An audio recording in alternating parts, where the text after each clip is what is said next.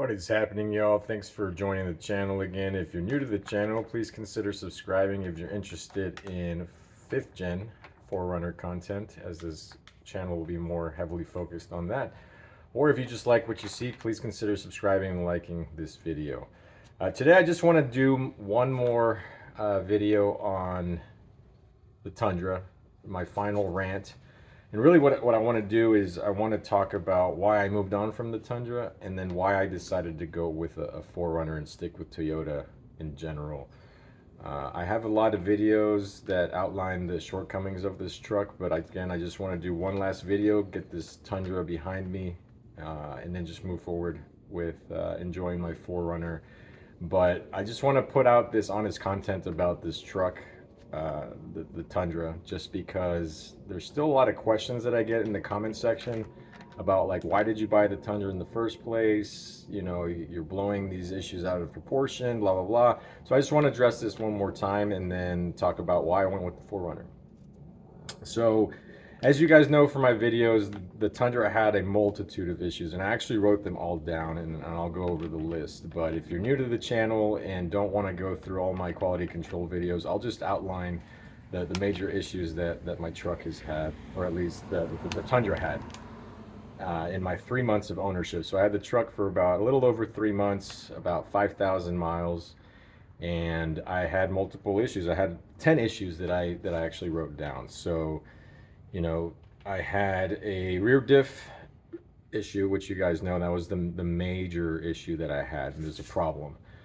I had the rear differential replaced at about 4,000 miles. As you guys know or don't know, it was making a humming vibration noise at about 75 miles per hour. They checked the rear diff fluid and they found metal shavings. Per Toyota corporate's recommendations, they replaced the rear diff, and then I got the truck back. It was still making that noise, so it was never resolved. The second major issue that I had after that was I had transmission issues following the repair of the rear differential. The truck was not knowing what gear to be in between first and second. It was jerking, it was lurching forward. It was just having a constant transmission issue, which for me that was really the last straw aside of the engine recall, was just that now I was having transmission issues, and it's just, that was it for me, guys. But outside of those two mechanical issues, oh, and I had a front active spoiler replaced around the same time that the differential was replaced too. So that's 3 mechanical issues that the truck had in about 3 months of ownership. Let's see. Oh, I lost my papers. Sorry about that. So let's see, outside of that, the driver's side window had a constant noise. There was play in the window. Toyota looked at it 3 or 4 times. They finally were able to change out all of the in channel, the trim piece that surrounds the glass. They changed things out multiple times, and they finally remedied it on the 4th time. I believe they actually went ahead and fixed it. And then it just had constant wind noise coming through the windows on both sides. If there was any crosswinds or you're just driving down the highway, it just made tons of noise. Let's see what else. Yeah, it's just tons of rattling and squeaking all over the vehicle. The center console would constantly squeak and rattle if you put any pressure on it. I had the window control bezels on my truck were rattling. They had to fix them, and the way that they fixed them is they shoved felt padding in between them. But what happened was that fix created gaps in the actual alignment of the control bezel, so it looked worse. It looked, I don't know, it made the truck feel even jankier than it already felt. And that was their fix. They didn't replace them or anything. That's how they chose to remedy that. And yeah, it did remedy the noise, but then the truck just looked even cheaper than it already is. I had a squeaking passenger door handle that never got remedied by Toyota. They told me that was just characteristic of how the truck was made. They didn't offer to replace the door card or anything, and that my truck went in multiple times for that, and they never fixed it.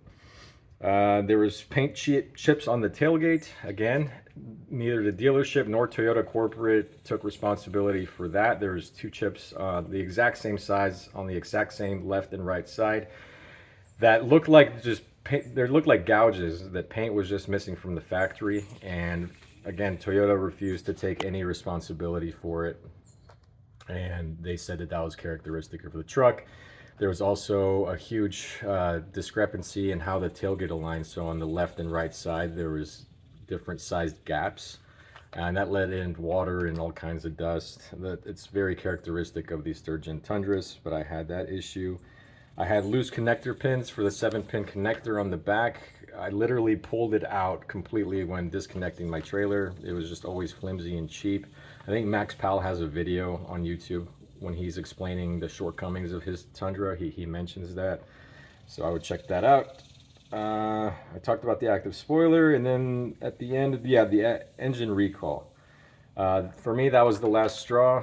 As you guys know, there's a giant recall on these engines. And the funny thing is that for months, I've been talking about how my truck is a ticking time bomb, or it was feeling like a ticking time bomb because of all the issues that it had, all the quality control issues, and then the mechanical issues. Things just started to progress even more and more.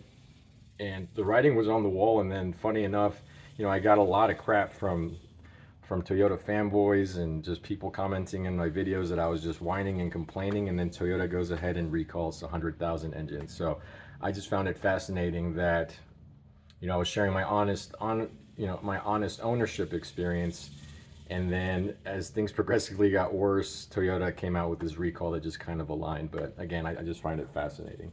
So yeah, guys, for all those reasons is why I got rid of my Tundra. I've called it fragile in the past. I've called it delicate, and I'm kind of done defending this truck.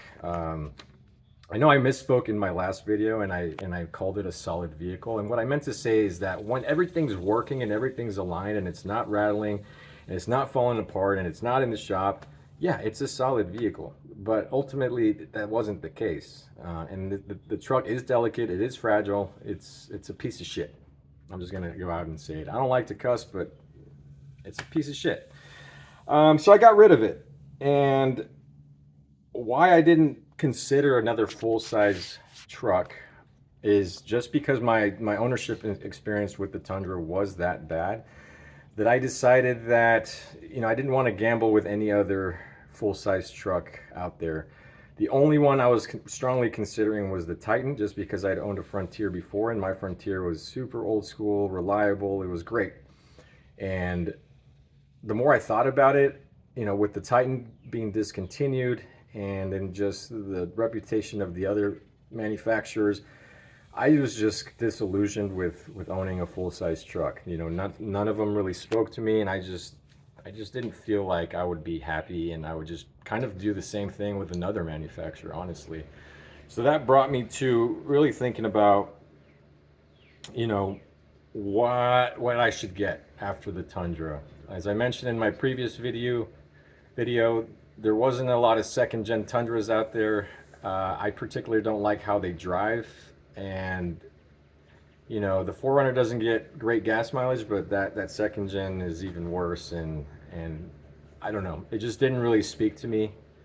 I know they're really reliable. They're a very reliable platform and truck, and I just couldn't find one that was low mileage and really one that really spoke to me driving wise. So that's why I decided to go with the 4Runner, or not for that particular reason, but that swayed me to look at other options. And so now I'm going to talk a little bit about why the 4Runner. So when I decided that I was going to get rid of my Tundra, I knew that the next vehicle that I purchased had to check all the boxes, and that really boiled down to, is it reliable? Does it have a proven track record of reliability? Is it built with quality? There's the second box that it had to check.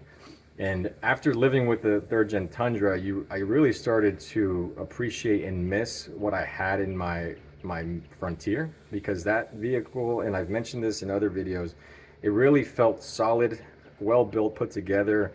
The plastics that they used in that vehicle were just much higher grade. The headliner, it had leather seats. It just felt really well put together. And so it really made me appreciate that and miss that. And the Tundra just wasn't it. It was the antithesis of what a quality vehicle feels like, and just build quality, exterior, interior, you know. And shame on me, I gambled and I got burned. So, but I knew that my next vehicle had to check the boxes for being comfortable, have the quality build, and have a history of proven reliability.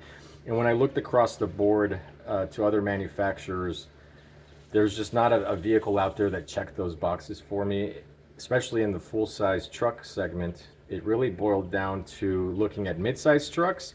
And so I considered, do I go back to the Frontier? And when thinking about it, you know, big reason why I went to a full-size truck to begin with was space in the back for my kids. So more legroom space. And so when I thought about going back to a mid-size, I knew that we would be really sacrificing on that front, and that's really something that I value more than having a cargo box or a bed.